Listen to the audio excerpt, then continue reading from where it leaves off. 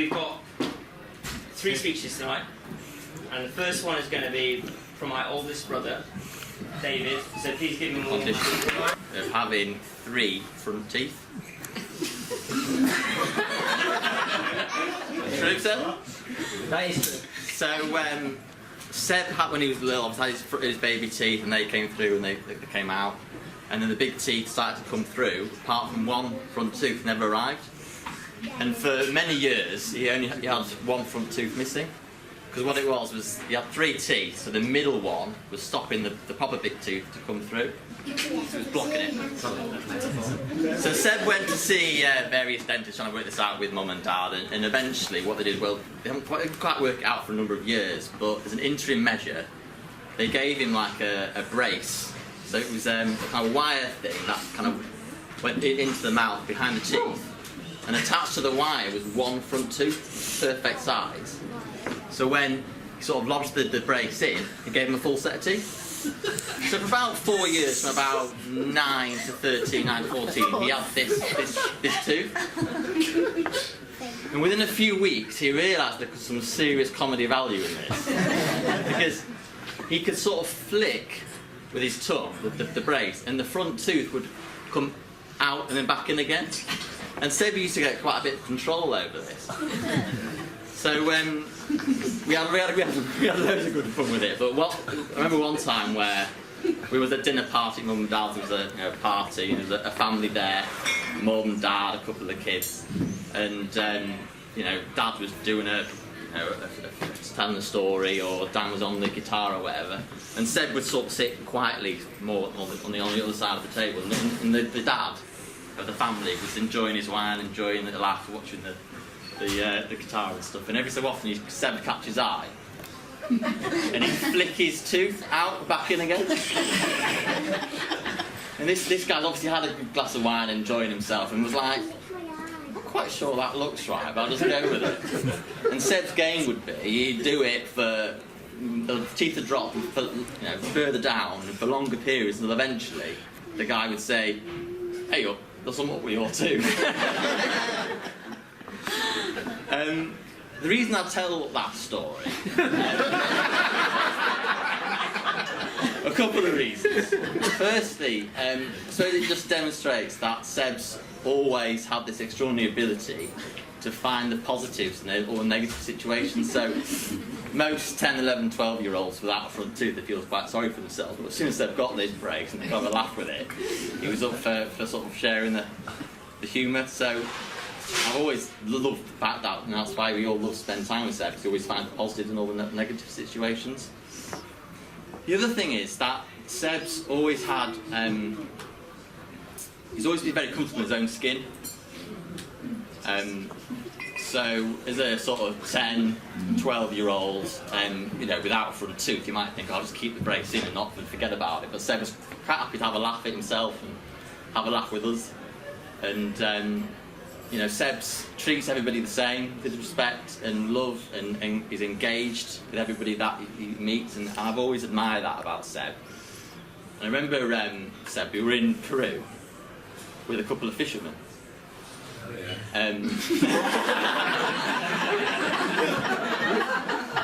That wasn't meant to get the best gag, that. But Seb will treat anybody the same. So whether it's some guy at the top brass at Deutsche Bank or some guy in the rags, he'll treat them the same. There was a couple of fishermen there who were sort of having a laugh with him, a bit broken English and things. And you said to me, God, that guy looks just like the top man at Deutsche Bank. And I thought, yeah. And you treat him just the same. You treat everybody the same, with just the same kindness and just nice to everybody. And that's what I love about you. So I am your elder brother by 5.5 years. I've been married for 8 years. 8 years on Tuesday. Monday. You don't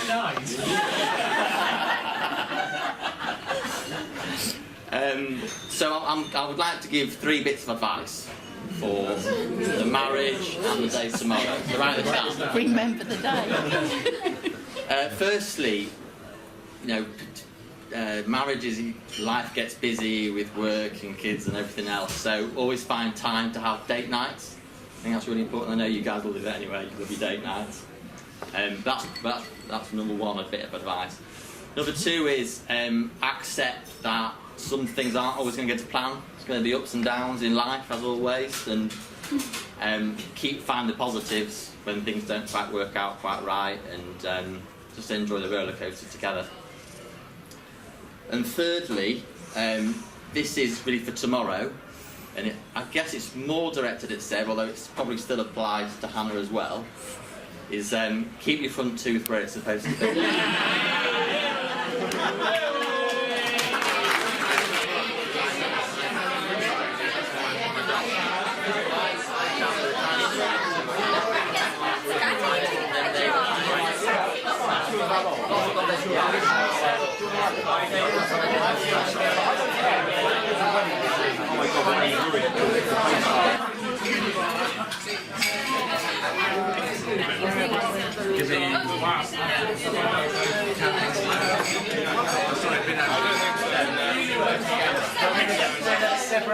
Oh yeah, maybe you want for everyone maybe.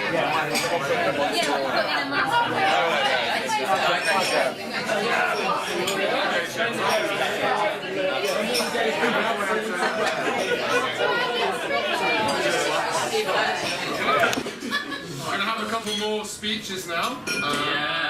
And Seb has asked me to introduce them to you because I will be introducing the speeches tomorrow, and apparently he feels it's appropriate that I should practice at least once. So, nice always to know that he's brimming with confidence for you, but given this is clearly some sort of semi-audition, I'll stick to the script and introduce the first speech we're going to have next, which is the four bridesmaids.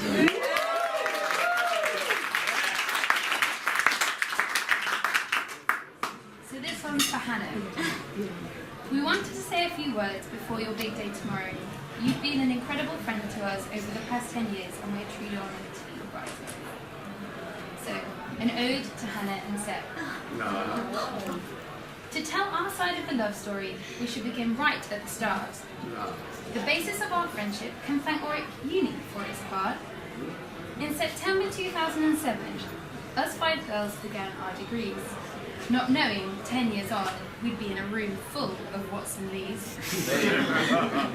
The years at Warwick moved on just as they should.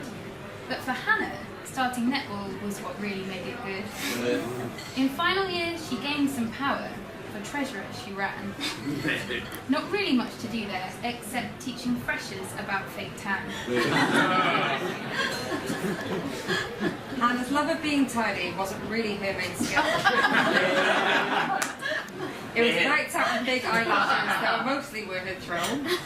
On delicious flavoured chicken bones, our girl was mostly fed. She needed all the energy to keep brushing that elusive dread. Uni finally finished, and so did Hannah with her first. Off to London she moved, and onto the nightclub scene she burst. One fateful night, she went on a glorious double date. Surely for her Prince Charming, she no longer had to wait. So at this very dinner, Hannah met our handsome groom.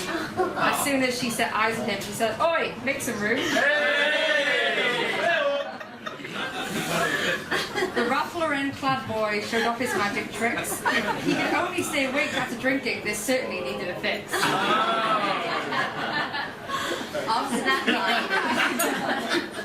After that night, a special connection formed, in fact. The only problem being Seb's inability with contact. Poor Hannah, the emojis really weren't enough. At the start of this relationship, Hannah really had it rough. Thank goodness Seb had a much needed wake-up call. He upped his WhatsApp game, and in love they both did fall. They bought their beautiful flat by the bus stop on Southgate Road. This finally gave Seb the chance to be in full-on cleaning mode. Their home had always been a welcoming and dog-friendly place, but 3 years ago, beloved condiments were binned in order to make space. For the most special of furry ladies made the family complete.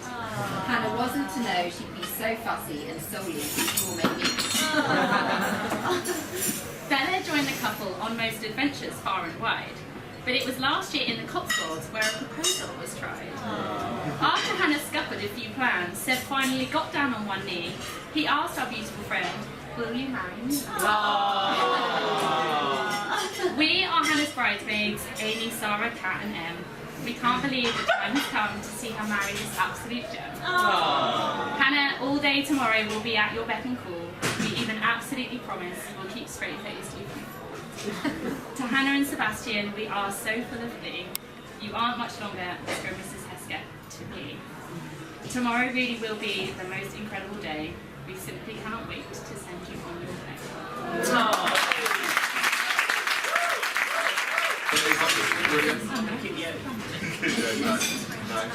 It was lovely to see that and to see Hannah and Seb's reactions. Seb just told me at the bar after a week of psyching himself up, he wasn't going to well up at all during the whole weekend. He was already in pieces. So. Great. For the next piece of entertainment is a man who needs absolutely no introduction. So I won't even try. The wonderful, brilliant, beautiful and talented and absolutely cripplingly shy Mr. Dan Hesketh.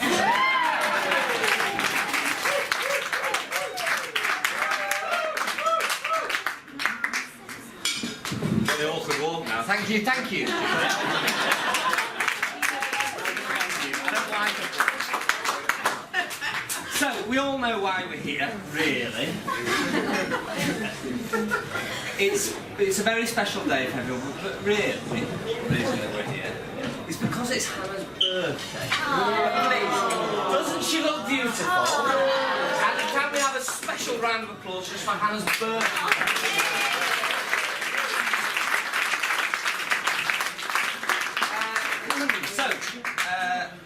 I would like to tell you the story of the first time that Hannah and I met, which was actually 5 years ago today. We met on Hannah's birthday.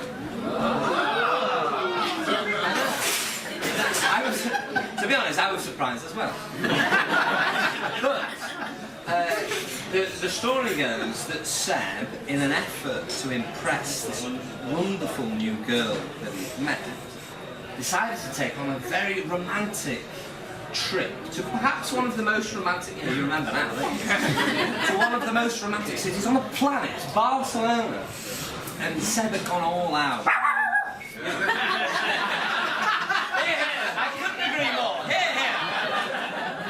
And so there we are. Yeah, thank you. I'll do the Jones, fella. So they go to this wonderful city and I'm going to be normal.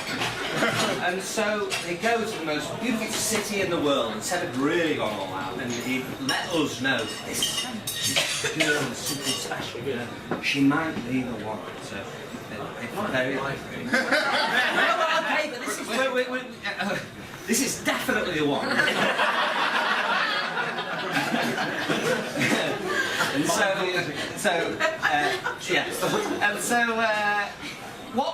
by complete coincidence, my wife and I were also in Barcelona on the very same day.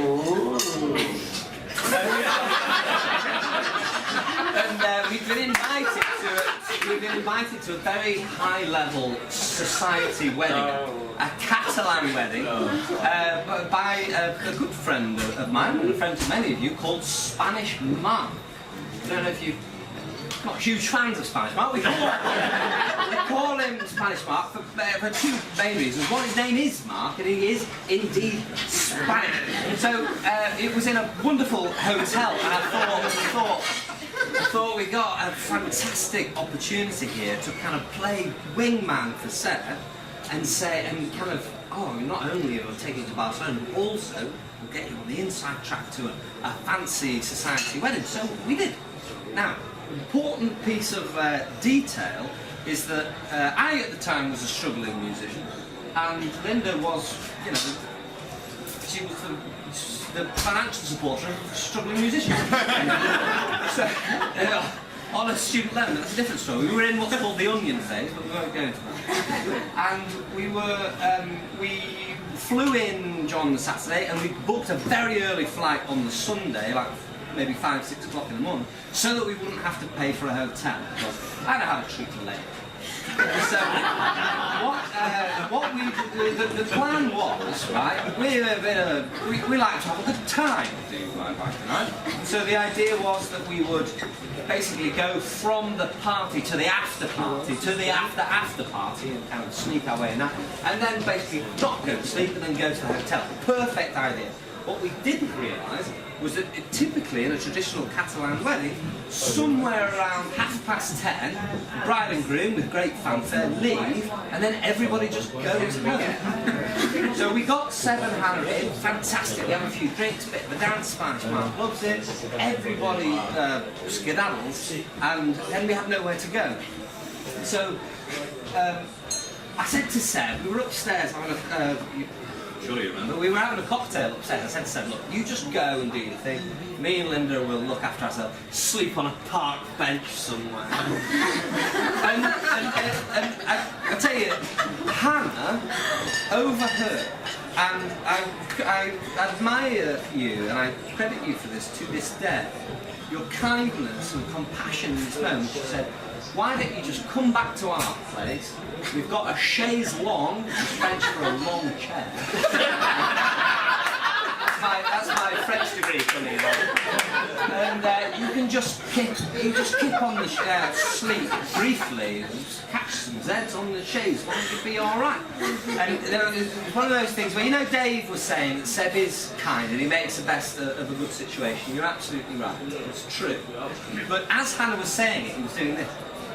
And then she turned around and said, what do you think, Seb? And he went, oh, yeah. Great. And I didn't want to do it. Yes. Not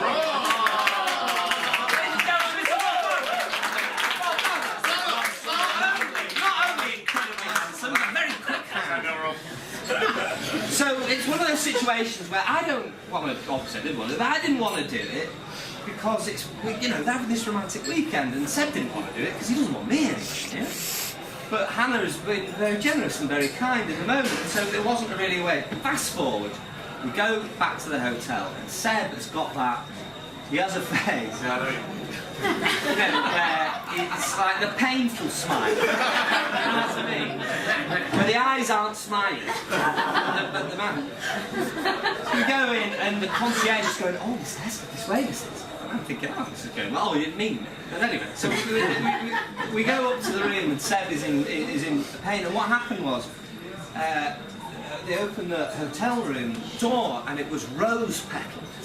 Rose petals down the corridor, big sweep, big bang, all the way down, all the way round the corner, double bed, beautiful, flower petals, big champagne, bucket of champagne in the ice, and a big bowl of strawberries. I'm thinking, oh no. Anyway, once I polished off the straw, I said, do you want any of this champagne? And the chaise longue was not quite as long as it might have been, and so Hannah, again, to you, eternal credit, and I will forever be grateful, she said, why don't you just sleep, why don't you just, the bed's pretty soft, and so much like a faithful dog, I lay myself at the foot of the bed, and Linda, who's, bless her, is a little shorter than me, she said, I'll go on the chaise longue, and they insisted, no. And it was a bit of a conundrum for Linda, because if she chooses to sleep on Seb's side of the bed, well, she's picking favourites, so she put herself in the middle. Why wouldn't you? And I tell you, the reason I tell it is because it's a testament to Hannah's innate kindness, her compassion. And she will, by this time tomorrow, you will be a dear sister. But forget all that, you're a friend. And I appreciate that, Hannah. So for one more time, please, a round of applause for the wonderful...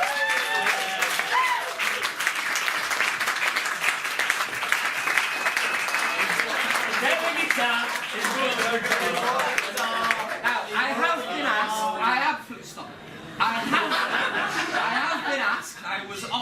the role. I was offered the role of musical director. And I said, Can I interject?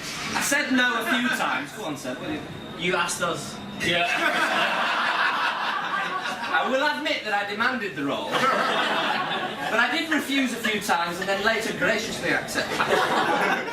But I think it's only appropriate. There will be some music during this wedding. Now, the purpose of the music is to bring us all together and to give us all an opportunity to express through the power of music how much we love the couple and the good wishes that we send to them. And there will be lots of music, but if I may, I'd take a moment to sing one myself. And the reason...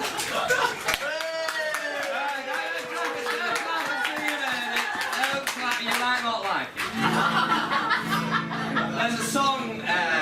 There's a song called Songs of Love, which I think is rather appropriate, and I'd like to play it for you now. That in tune? Sounds alright, doesn't it? No.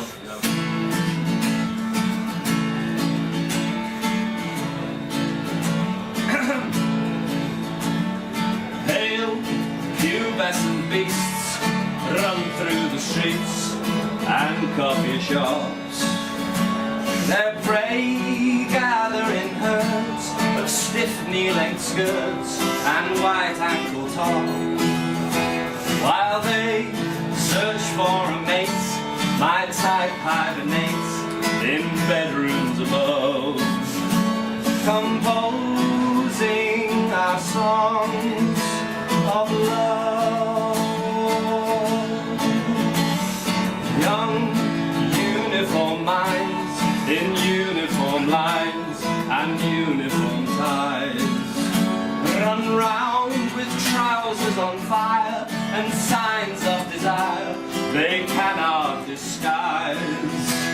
While they search for a mate, my type hibernates in bedrooms above, composing our songs of love. Fate doesn't hang on a wrong or right choice. Fortune depends on the tone of your voice. So sing while you have time, while the sun shines down from above. Beautiful songs of love, wonderful songs of